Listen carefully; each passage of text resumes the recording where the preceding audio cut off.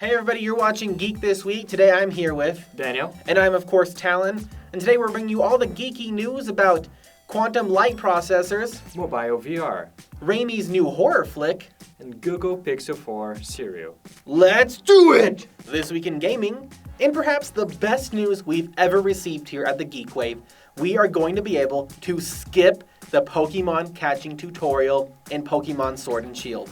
It's about damn time too. I mean, we've been catching Pokemon since Pokemon Red and Green almost 25 years ago. In the game, you'll have to choose your starter Pokemon, and then you'll talk to your mother, who will give you 5 Pokeballs. As you head out of town, you can go ahead and start catching Pokemon right away. The next step in the story is meeting your rival Hop and his brother Leon, who will comment on the Pokemon you've already caught before moving the conversation forward. Of course, we're guessing that means that if you haven't caught a Pokemon yet, you will have to go through the tutorial. But we'll take what we can get. If you brought hard into phone-based VR, we have bad news for you. It's that mobile VR headsets might have helped millions of people try VR. Both Google and Oculus have discontinued production on their products.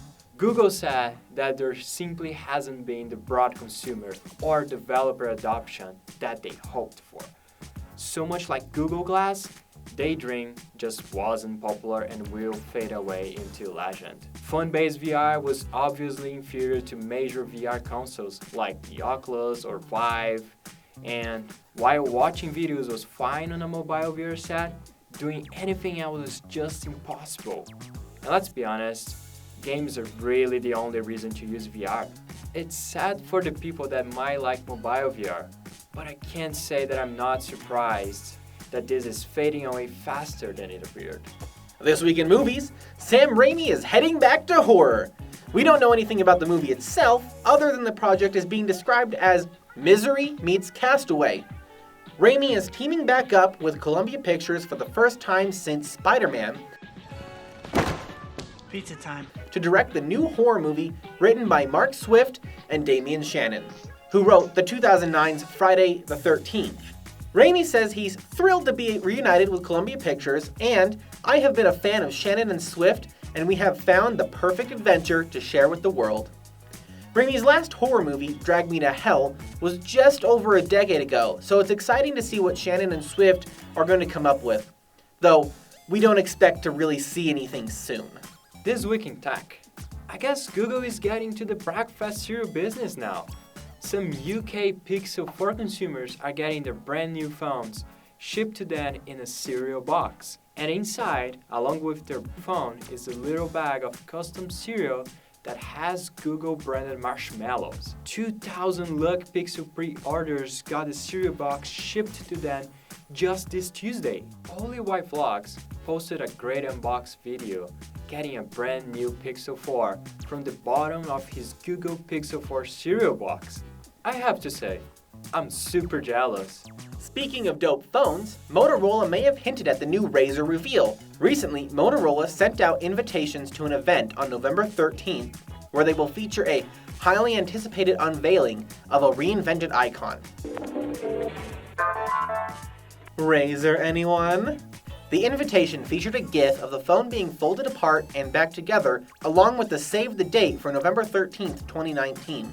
The Razor is rumored to have a release date of later this year, so we imagine that we'll be seeing the final release of this foldable smartphone at the event. Samsung's first foldable smartphone was notably not great, but it was an important stepping stone to the new model. Here's hoping that the foldable Razor is going to blow it out of the water on round 1. Elon Musk is back on Twitter. That is, of course, not news, but how he made his tweet is. This Tuesday, very early morning, Musk sent out this tweet using SpaceX Starlink. Starlink is SpaceX's crazy supervillain-like plan to launch and operate its own network of broadband satellites, providing a connectivity on a global scale, especially areas of the planet that haven't had access to high-speed internet before. This year, SpaceX has signaled, pun intended, that it intends to launch around 30,000 satellites into orbit. This is on top of an already planned 12,000 satellites. Like I said, very super villainy, but also super dope. and hopefully a fantastic way for the entire globe to get connected to the internet, finally.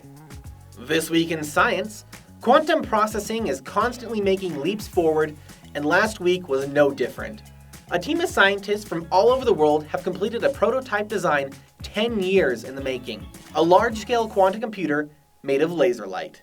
The processor has been built with scalability in mind to allow for an increasingly extreme amount of quantum components. Quantum computers promise to quickly solve many complex problems, but they also require a whole lot of quantum components, and those usually have to be essentially error-free. Currently, quantum processors are super small, ranging up to only 53 qubits in IBM's new quantum computer. This new design provides a new solution to building processors using light. Using light, they can create a cluster state by compressing ordinary laser light with specially designed crystals to then be weaved together by using a network of mirrors, beam splitters, and optical fibers. This achievement might very well lead to the future of quantum processors. That's all from Geek this week today. We hope you guys enjoyed the show. Don't forget to like and subscribe down below. What do you think about today's show, Daniel? I really liked the episode. I think we have very interesting technology coming up. Internet for everyone is really good. That'll be pretty cool if that pans out correctly, right? Yeah, definitely. I hope he can do it. And also, I really wanted to buy a cereal that comes with a cell phone inside. You're never gonna get that. Well, maybe they lost one at the supermarket. You never know. Maybe. Well, that's all from us. See you guys.